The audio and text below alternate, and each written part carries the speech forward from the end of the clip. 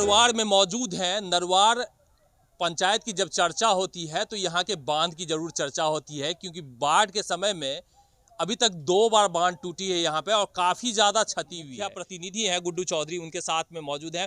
कैसे जब गांव पूरा जब टूटता है, बिखरता, हमने देखा बाढ़ के समय में जब गांव पूरा टूट के बिखर रहा था, घरें बह रही थी, तो कैसे समेटते हैं फिर उसके बाद? सबसे पहले आपको धन्यवाद।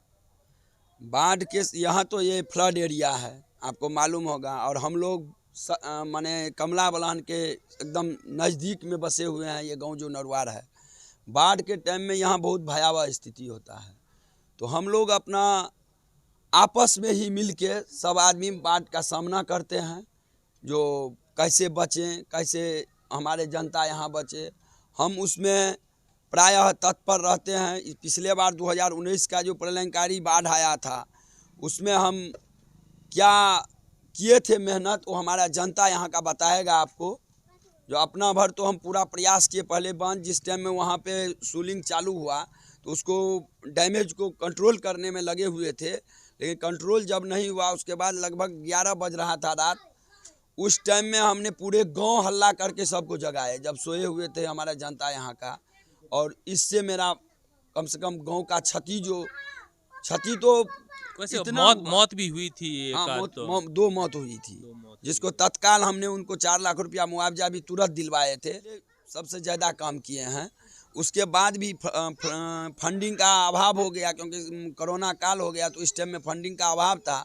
फिर भी हम जिस तरह कुछ अपना एक्स्ट्रा काम भी किए हैं। अभी मेरा सरकार के ऊपर एक्स्ट्रा काम मेरा है, लगभग 28-29 लाख रुपया का हम एक्स्ट्रा काम किए हुए हैं, जो मनरेगा के तहत किए हुए हैं। वैसे एक्स्ट्रा अपना करके रखे हैं कि हम सोचे थे कि फंडिंग आएगा, आचार संहिता लग गया, नहीं आ पाया, लेकिन हम विकास किए, क्योंकि हम जो काम किए हैं वो हमारा बांध से जोड़ने वाली सड़क है, बस्ती टू बांध से। और बांध के नीचे बसे हुए कुछ लोग हैं, जहाँ पे उन लोगों को आने में बहुत असुविधा हो रहा था। इसके लिए वो हमने तत्काल उनको काम कर दिए कि उन लोगों को आने जाने में कोई दिक्कत नहीं हो। ऐसे करके निपटते हैं। अच्छा, गांव में एक और समस्याएं आती है जो हम अक्सर जब पंचायत में घूमते हैं, लोगों के बीच में जाते हैं, तो प्रधानमंत्री आवास की घुसखोरी और शौचालय की जो कमीशन की होती है वो चर्चा अक्सर होती है। तो उस पर कैसे आपने काबू पाया? यदि आपने काबू पाया है तो ठीक है, नहीं पाया है तो कैसे काबू करने का प्रयास कर रहे हैं? एक्चुअली ये बात सत्य है, तो हर जगह ये सब बात का हल्ला है, लेकिन हम पर्सनल अपना बात बोल रहे हैं कि हम किसी से आज तक 1 रुपया नहीं लिए हैं। इसका उदाहरण आप लोगों को जनता यहाँ का देगा। देखिए, बोलने के लिए विरोधी के पास कुछ नहीं रहता है। जब चुनाव का समय आता है तो वो लोग कुछ भी बोल देता है कि नहीं, मुखिया जी 20,000 रुपया लिए, आवास में 2,000 बाथरूम में किए। लेकिन आपको हम ये वादा के साथ बोलते हैं कि आप हमको, जनता यहाँ पे भी जनता लोग खड़ा है, आप उनसे भी पूछ सकते हैं, क्योंकि आप हमसे पहले यहाँ मौजूद हुए थे। हम तो अभी क्षेत्र में निकले हैं तो आपसे मुलाकात हुआ है, तो आप पूछ लीजिए। हम अपने से नहीं लिए, ठीक है, विभाग के द्वारा, पदाधिकारी के द्वारा, मतलब कर्मी के द्वारा अगर लिया गया है तो हम 1000 बार आम सभा में भी इस बात का जिक्र किए हैं कि अगर किसी से 1 रुपया कोई घूस लेता है तो आप डायरेक्टली मुझे लिखित आवेदन दें, हम उसके ऊपर कार्रवाई करेंगे। लेकिन हमको लिखित आवेदन नहीं आया है किसी तरह से। हमने एक अपना ये कृषि विभाग के ऊपर जांच के लिए लेटर आवेदन दिए थे। जो कृषि विभाग से घूस लिया जाता था सलाहकार के द्वारा, और अनर्गल रुपया किसी के ऊपर दिया जा रहा था। जिस जांच के क्रम में हमने अपने पिताजी का भी नाम दिए थे उसमें जांच लिस्ट में, कि इनको भी अगर ये पैसा मिला है तो इनके ऊपर भी जांच किया जाए कि ये सत्य है या गलत है।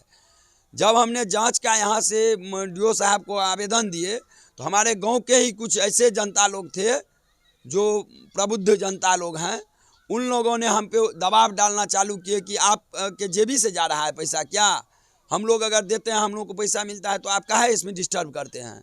मजबूरन हम लोगों को सुन के रहना पड़ता है, क्योंकि राजनीति में तो मालूम है जनता का बात ही सुन के रहना। बहुत ज़्यादा लोग स्वच्छ भी नहीं चाहते हैं और बहुत ज़्यादा भ्रष्टाचार के बीच का जो एक रास्ता है वो चाहते हैं। जी। तो आगे का क्या रणनीति है, क्या करना चाहेंगे गांव में? यदि आप जीतते हैं चुनाव तो क्या कुछ प्रमुख 4 से 5 बातें हम जानना चाहेंगे? सबसे पहला बात मेरा प्रमुखता बात जो है वो सबसे लचर व्यवस्था शिक्षा विभाग का है। और स्वास्थ्य का। तो मेरा ये प्रयास रहेगा, अगर इस बार हमको जनता मौका देती है तो हम शिक्षा व्यवस्था और स्वास्थ्य पे, एक उप स्वास्थ्य केंद्र भी यहाँ नरवार में नहीं है जो हम बनवाएंगे, ये वादा कर रहे हैं। वादा को हम जो आज तक बोले हैं, इससे पिछले पंचवर्षीय में जहाँ पे आप खड़े हैं, इस बस्ती में आप बारिश के समय चल भी नहीं सकते थे। आज देख लीजिए चारों तरफ बस्ती गली कुची कहीं पे बचा हुआ नहीं है, जहाँ पे हमने वादा करके गए थे कि आप लोगों को यहाँ पर सड़क बहाल करेंगे, बिजली का व्यवस्था उपलब्ध कराएंगे, जो हमने किए हैं। तो मेरा वादा है कि ये काम हम करेंगे और पूरे तालाब कुछ भी होगा शिक्षा का सुधार और स्वास्थ्य के सुधार की दिशा में जरूर काम करेंगे, चाहे कितना भी दबाव पड़ जाए। मिलते हैं अगले वीडियो में, तब तक के लिए चाहेंगे आपसे अलविदा।